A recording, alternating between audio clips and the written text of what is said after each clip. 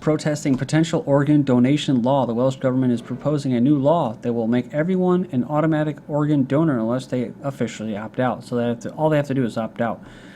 But they're making a big stink about it, saying religious groups in the country, including Jews, are voicing their objections. We believe that people should be able, or the family or the deceased should be able to agree to organs being taken as a gift donation. I would have preferred there not have been a bill. This one commenter said, why are there so many people today having major body organs malfunctioning and shutting down? What's causing this? Well, I'll tell you what it is. It's the genetically modified food that they don't want to label. It's the fluoride in your water. It's the chemicals that they're spraying, the aerosols in the sky. They're poisoning your air, your food, your water. They're releasing radiation, with the Fukushima thing. Of course, they're bombarding you with ELFs and microwaves. And this is why I mentioned this before about there's a concept for a script in that I had about organ harvesting. That's going to be a big thing, and people would actually give donations. Get a one-time. I actually wrote the whole script, but where people were lining up at the lining up at these little vending kiosks as the UN was on television saying, branding this a great thing that this law was passed by the United Nations that allows people to, basically take out organs and sell their organs and stuff like that and receive credits to their family. So, you could actually kill yourself and get all these organs harvested and your family would get, credits. Study recommends financial compensation for organs to boost donor members.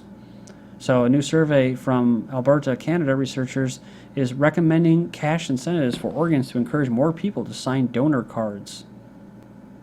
So pretty interesting though. Said a study that found paying donors could increase donation rates. And part of the premise of this story, the big premise of this story that I made up was that of course the elites would be getting these organs from these desperate people that did have healthy organs. And all of the plebes and the slaves that were dying, they had bad organs, they would get these kind of experimental frozen organs that are, frozen in cryogenics. They could actually do that now. And and of course, bum organs. So they would have a lifespan of only like a year or two, so they'd have to constantly be buying these new organs. Kind of like how debt works as debt slaves. Pretty creepy. State of New Jersey awards Radiant RFID 5-year emergency management solution. This is, I think it's before, I don't know the exact date of the Hurricane Sandy took place, but this was before the hurricane. New Jersey awards the RFID chips. So kind of like the Sheikh Hussein was saying, kind of interesting, kind of like 9/11, where he was saying that there was a lot of Jews that got out of town that day. And also he was saying, or theorizing, that ahead of this hurricane that a lot of people took on insurance ahead of the hurricane.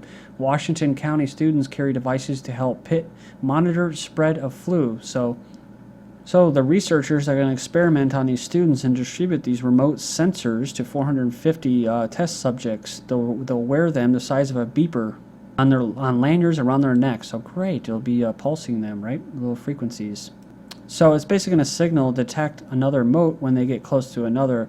It will find how children interact. 1/4 of EMTs don't get the flu vaccine, so patients are regularly advised to get their dose of eugenics, but 1/4 of St. Louis emergency medical technicians do not get vaccinated, right? I covered this before, protecting their own, the unofficial vaccination policy of doctors in the know. That's right, they don't vaccinate their own children. I don't vaccinate my kids, I rely on herd immunity. Now, what is herd immunity? Well, that's exactly what we were just talking about. It's what they're experimenting here with these students, herd immunity. So governments are considering a 2-child policy for the West. That's right. As actors and activists in the West speak out against China's 1-child policy, politicians move to introduce the same policies in the North. I covered this as well. This is right on the eve of Christian Bale going over there and basically giving a human rights award to the Chinese pro-life activists.